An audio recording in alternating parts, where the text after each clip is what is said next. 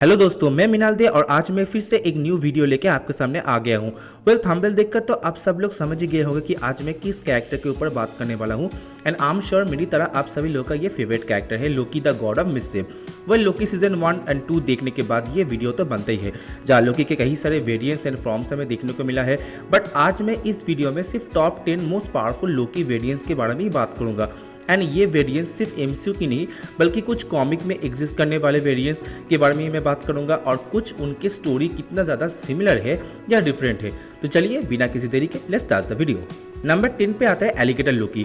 Alligator लोकी काफ़ी popular हुआ है एमसीयू में। इसका कोई कॉमिक बुक रेफरेंस हमें नहीं मिला है, हालांकि काफ़ी कम जानकारी हमें मिला है इस पर्टिकुलर लोकी वेरिएंट के बारे में।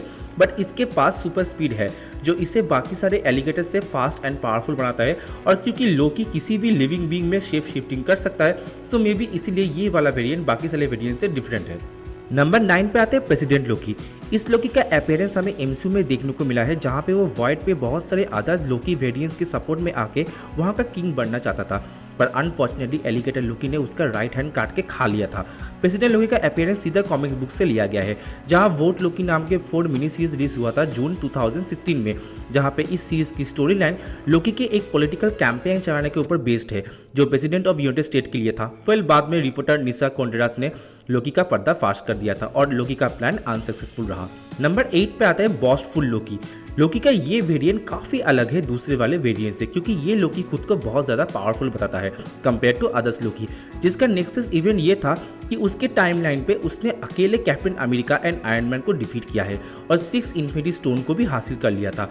तो ये लोकी वर्दी है म्योनियर को उठाने के लिए। इवन उसके हाथ में जो हैमर है वो म्योनियर से काफ़ी डिफरेंट है। पर मेरा ये मानना है कि ये लोकी काफ़ी झूठा और मक्कार है, क्योंकि जब उसने अपना स्टोरी बाकी के लोकी को बता रहा था तो एलिगेटर लोकी को गुस्सा आ रहा था। देन क्लासिक लोकी ने बताया कि एलिगेटर लोकी को लगता है कि तुम झूठ बोल रहे हो। इवन लोकी सीरीज में भी बॉस्टफुल लोकी का कोई पावर हमें देखने को नहीं मिला था except super human strength. Number 7 पे आता है किड लोकी। एमसीयू में किड लोकी ने बताया था कि उसका नेक्स्ट इवेंट ये था कि उसने थॉर को मार डाला, पर एक्चुअली किड लोकी का 2010 Marvel comics book story line पे काफ़ी बड़ा रोल प्ले किया है। जब लोकी मर के वापस पुनर्जन्म लेता है तब वो किड लोकी बन के वापस आता है, जिसके पास पिछले जन्म की कोई यादें नहीं था। बट ये लोकी है, इसलिए ओडिन और बाकी सारे एसगार्डियन बच्चे होने के बावजूद भी किड लोकी के ऊपर कोई भरोसा नहीं करता था सिवाय थॉर के अलावा। थॉर अकेला एक इंसान था जो किड लोकी को दोबारा एक मौका देता है और आगे चल के किड लोकी वाकई में एक हीरो बनता है और यंग एवेंजर टीम का एक की रोल भी प्ले करता है। नंबर 6 पे आता है लेडी लोकी। कॉमिक्स में लेडी लोकी का फर्स्ट अपीयरेंस हमें थॉर इशू 5 2008 में देखने को मिला था, जहां पे लोकी लेडी सीफ की बॉडी में जन्म लेती है। बट एमसीयू में लेडी वर्जन ये नहीं बल्कि सिल्वी नाम के एक फीमेल लोकी वेरिएंट हमें देखने को मिलता है, जिसका एक्चुअली कोई नेक्सस इवेंट नहीं था। उसे टीवीए ने किडनैप किया था ताकि वो आगे चल के 616 यूनिवर्स की लोकी को मार सके और कैंग के प्लान को अंजाम दे सके। पर सिचुएशन यहाँ पे थोड़ा अलग हो गया। यहाँ पे सिल्वी ने सीजन 1 में कैंग को मार के सीक्रेट टाइमलाइन के ब्रांचेस को स्प्रेड कर दिया था। देन सीजन 2 में टीवीए के साथ एंड लोकी के साथ मिलके सारे टाइमलाइंस को बचाने की कोशिश में लग जाती है। आगे चल के सिल्वी का रोल शायद हमें फ्यूचर की एमसीयू प्रोजेक्ट में शायद जरूर देखने को मिल सकता है। नंबर 5 पे आता है अल्टीमेट लोकी। अल्टीमेट लोकी अर्थ 1610 से बिलोंग करता है और काफ़ी पावरफुल वर्जन लोकी है जो ओडिन और फ्रॉस्ट जायंट फारबती का बेटा है। ये लोकी सालों भर अपने भाई थॉर एंड बाल्डर के साथ मिलकर एसगार्ड के लिए लड़ता आ रहा है। पर बाकी लोकी की तरह इस लोकी के अंदर में भी अपने भाइयों के लिए गुस्सा और जेलेसी था। अपने माँ को ओडिन के कैद से छुड़ाने के लिए लोकी ओडिन की नॉन स्टोन को चुराने की कोशिश करता है। इस स्टोन में ओडिन के पावर्स था, पर इस चक्कर में अपने भाई बाल्डर को वो मार डालता है। बैरन जीमो बन के नाजी के लिए काम करता है। तो नाजी आर्मी और फ्रॉस्ट जायंट की आर्मी को इकट्ठा करके एसगार्ड के ऊपर हमला कर देता है, जिसके कारण लोकी हाइमडल को भी मार देता है और उसके खून को नॉन स्टोन्स के साथ मिला के अपने आर्मी को वो और भी ज़्यादा ताकतवर बना देता है। पर बाद में ओडिन ने अल्टीमेट लोकी को बहुत सालों के लिए रूम विदाउट डोर में कैद कर लिया था। बहुत सालों के बाद अपने फेलो नाजी आर्मी ने नॉन स्टोन की मदद से लोकी को आज़ाद कर देता है। तब लोकी की फिजिकल स्ट्रेंथ थॉर से भी ज्यादा हो गया था और तब लोकी ने न्यू प्लान बनाकर अर्थ के ऊपर हमला कर देता है थॉर को मारने के लिए। ये वर्जन लोकी की पावर काफी ज्यादा है और जिसके पास फ्रॉस्ट जायंट का स्ट्रेंथ एंड एसगार्डियन मैजिक की पूरी नॉलेज है। नंबर 4 पे आता है क्लासिक लोकी। जर्नी इनटू मिस्ट्री 1952 इशू 85 नाम के कॉमिक बुक में फॉर द फर्स्ट टाइम लोकी को एक evil God, anti hero and God of mistress के रूप में पोर्ट्रे किया गया था, जो एक्चुअली आप इसे क्लासिक लोकी भी कह सकते हो, जिसके पास इल्यूजन से लेकर energy blast, mind control, reality bending, काफ़ी सारे पावर्स एंड मैजिक की फुल नॉलेज है। और कॉमिक्स में क्लासिक लोकी ने ऐसा इल्यूजन क्रिएट किया था कि इवन ओडिन भी बिलीव कर लिया था कि ये कोई इल्यूजन नहीं बल्कि सच्चाई है। इस लोकी ने एक ब्लास्ट से सारे थॉर क्रॉप्स को डिफीट किया है।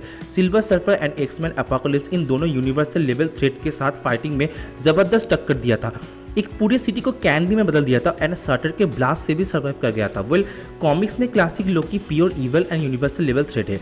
वही इस वाले लोकी को एमसीयू में लोकी सीजन 1 में हमें देखने को मिलता है, जहाँ पे वो क्लासिक लोकी बताता है कि उसका टाइमलाइन पे जब थैनोस का शिप आया था एसगार्ड पे अटैक करने के लिए, तब उसने इतना पावरफुल इल्यूजन क्रिएट किया था कि वो देख के वो मैड टाइटन थैनोस भी देख के डर के भाग गया था। देन क्लासिक लोकी बहुत टाइम तक खुद को एक प्लैनेट पे अकेले रहने लगा था, फिर बाद में अपने भाई को वो मिस भी करता है और देन जब प्लैनेट छोड़ के वो जाने वाला होता है उसी टाइम टीवी वाले ने उसके पकड़ लेता है। इवन अलायद के साथ भी जब बैटल होता है तब हम सभी देखते हैं कि क्लासिक लोकी ने पूरे एसगार्ड का इल्यूजन क्रिएट किया था एंड इतना पावरफुल मैजिक को प्रोजेक्ट करना इजी नहीं है। इवन ये लोकी एनर्जी ब्लास्ट और पोर्टल भी ओपन कर सकता है। बेसिकली ये लोकी काफ़ी ओल्ड वर्जन है जिसके पास मैजिक और फाइटिंग की काफ़ी एक्सपीरियंस है, जो इसे बाकी सारे लोकी से काफ़ी पावरफुल भी बनाता है। नंबर 3 पे आता है एवेंजर प्राइम। लोकी का ये वेरिएंट अर्थ 18201 से बिलोंग करता है। ये दूसरे लोकी से बहुत अलग और काफ़ी पावरफुल है।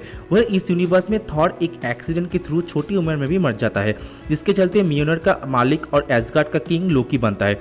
वेल किंग होने के बाद ये लोकी सारे मल्टीवर्स में देखता है कि उसके सारे वेरिएंट्स एवेंजर से हार जाता है, तो अपने यूनिवर्स में ऐसा काम करता है कि कभी एवेंजर रहे ही ना।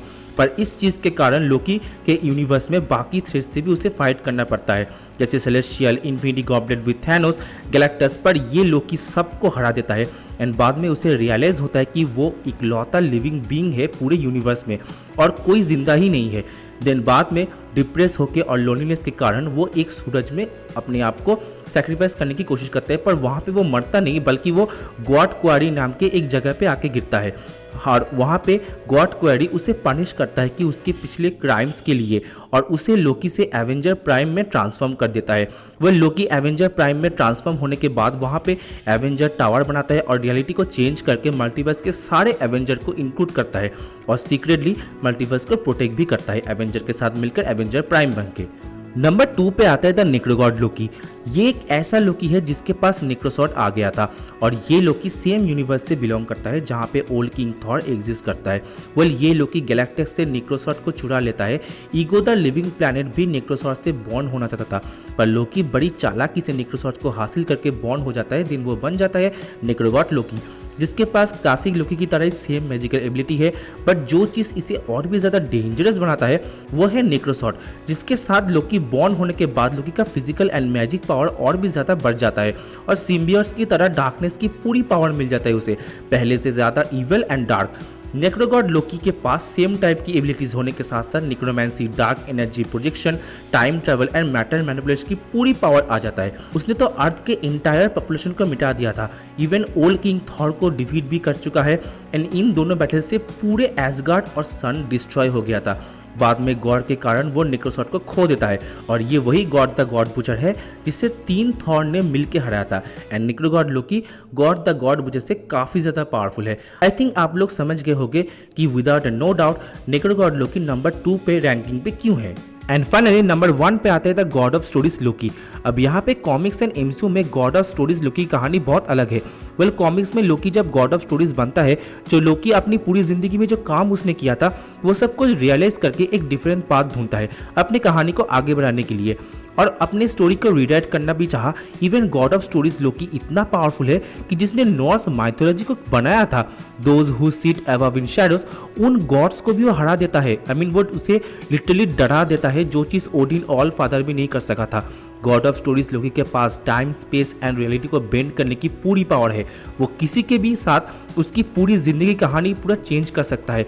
वेल इसी से इंस्पायर होने के बाद हमें एमसीयू में 616 लोकी का एक वर्जन देखने को मिला था, जो सेम यूनिवर्स में एक टाइमलाइन पे थैनोस के हाथों मारा गया और एक अलग टाइमलाइन पे एवेंजर से एस्केप होने के बाद टीवीए के हाथों पकड़ा गया, जिसे बाद में रियलाइज हुआ कि वो कितना गलत था। देन उसे ही हू रिमेन्स मिला, कैंग का वेरिएंट। देन सीजन 2 में टाइम को कंट्रोल करने की पावर मिला और सारे डेड टाइमलाइंस को अपने पावर से रिवाइव करके अपने बॉडी से उसे जोड़ के वो फाइनली ही हू रिमेन्स की पोजीशन में आ जाता है, जहां पे उसे अपना खुद का थ्रोन भी मिलता है और सारे टाइमलाइंस को वो जोड़ के एमसीयू का यागडासिल यानी ट्री ऑफ लाइफ क्रिएट करने के बाद वो बन जाता है गॉड ऑफ स्टोरीज लोकी। अब इस लोकी के पास मैजिक, एसगार्डियन स्ट्रेंथ के अलावा टाइम कंट्रोल और किसी के भी टाइमलाइन पे कुछ भी चेंज करने की ताकत है और सारे कैंग के वेरिएंट्स के ऊपर वो नज़र रख रहा है। वेल आगे चल के एमसीयू की future project Avenger Kang dynasty and secret Wars movie पे लोकी का एक मेजर रोल हमें शायद ज़रूर देखने को मिलेगा। नो डाउट अब एमसीयू में ये गॉड ऑफ स्टोरीज लोकी बहुत ही पावरफुल बीइंग है। सो गाइस आज का वीडियो यही तक था। अगर वीडियो को पसंद आए तो इसे लाइक, शेयर और सब्सक्राइब जरूर करना मेरे चैनल को। आई नो मैं बहुत टाइम के बाद वीडियो पोस्ट कर रहा हूँ, पर आप लोग मेरे शॉर्ट्स को भी चेकआउट कर सकते हो, जहाँ पे हर वीक में 4 शॉर्ट्स अपलोड करता हूँ based on movie facts. So मिलते हैं नेक्स्ट वीडियो में। Till then bye bye.